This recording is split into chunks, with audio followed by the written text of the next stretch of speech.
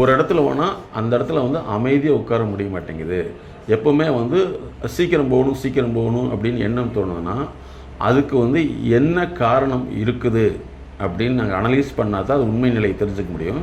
ஆனால் பொதுவாக நாங்கள் கண்டறிந்த விஷயங்கள் என்னென்னு சொன்னால், இவங்க ஏற்கனவே அந்த மாதிரி சூழ்நிலையில் வந்து அவமானப்பட்டிருந்தாலோ அல்லது வந்து ஏற்கனவே பிரச்சனைகள் வந்து அது குடும்ப பிரச்சனை, வருமான பிரச்சனை, அதுக்கடுத்து வந்து அதிகார பிரச்சனை, சமூக பிரச்சனை, அதே மாதிரி வந்து உடல் சார்ந்த பிரச்சனை, இப்படி இருந்தாங்க கூட ஒரு இடத்துல வந்து அவங்க அமைதியாக உட்கார முடியாது. ஏன்னா அவங்களுக்குள்ள என்ன ஆயிருமோ, என்ன ஆயிடுச்சு, இப்படி ஆயிருமோ அப்படின்னு சொல்லிட்டு எண்ணங்கள் வந்து ஒரு எக்ஸ்ட்ரீமெண்ட். ஒன்று இந்த சைடு வந்து இப்படி தப்பாயிடுச்சு என்ன செய்கிறது, அல்லது இந்த சைடு நடக்காமல் போயிட்டால் என்ன செய்கிறது, இப்படி என்ன அலைச்சல் தான். அதாவது வந்து மன உளைச்சலுக்கு பதிலாக என்ன அலைச்சல், சிந்தனை அதிகமாகிட்டே இருக்கிறது, அல்லது இது ஆயிட்டா எப்படி இருக்கும் அப்படின்னு சிந்திக்கிறது. இப்படி இந்த தொடர் சிந்தனை சுழற்சி இருக்கிறப்ப அது எப்போவுமே அவங்க இடத்துல ஒரு இடத்துல உட்கார முடியாது.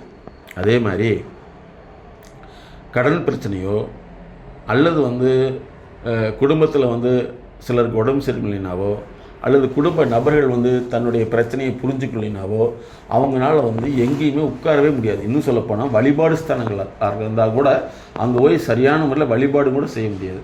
அப்போ இதுக்கெல்லாம் வந்து நாங்கள் ஒரே கேள்விக்கு பதில் சொல்கிற மாதிரி சொல்ல மாட்டோம்.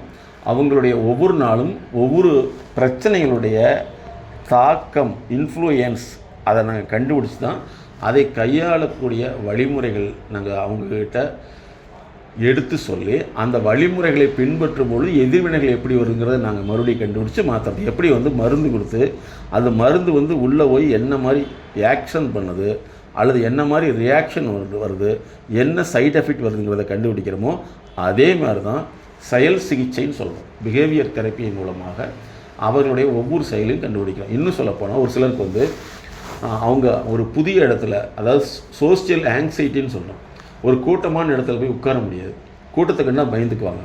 இதுக்கு வந்து டீசென்சிடைசிங் தெரப்பின்னு சொல்லிட்டு அந்த கூர் உணர்ச்சி அல்லது வந்து அதீத அந்த கூட்டம் சார்ந்த படபடப்பு இதை வந்து நாங்கள் கண்டறிந்து மாற்ற முடியும். அப்போ மாற்றுறதுங்கிறது வந்து ஒரு நாளில் முடியாது. ஒரு பேட்டர்ன் ஆஃப் பிஹேவியரை மாற்றுறதுக்கு குறைந்த அளவு 3 மாதங்கள் தேவை. அந்த 3 மாதங்களும் வந்து நம்மளுடைய எம்எஸ்கே லைஃப் கிளினிக் ஃபவுண்டேஷனில் வந்து ஆன்லைனில், ஃபோன்லைனில் தொடர் கன்சல்டேஷன், அப்புறம் வந்து ஒரு குறிப்பிட்ட நாளைக்கு ஒருக்கா நேரடி ஃபேஸ் டு ஃபேஸ் கன்சல்டேஷன். இது லோக்கல் இருந்தால்.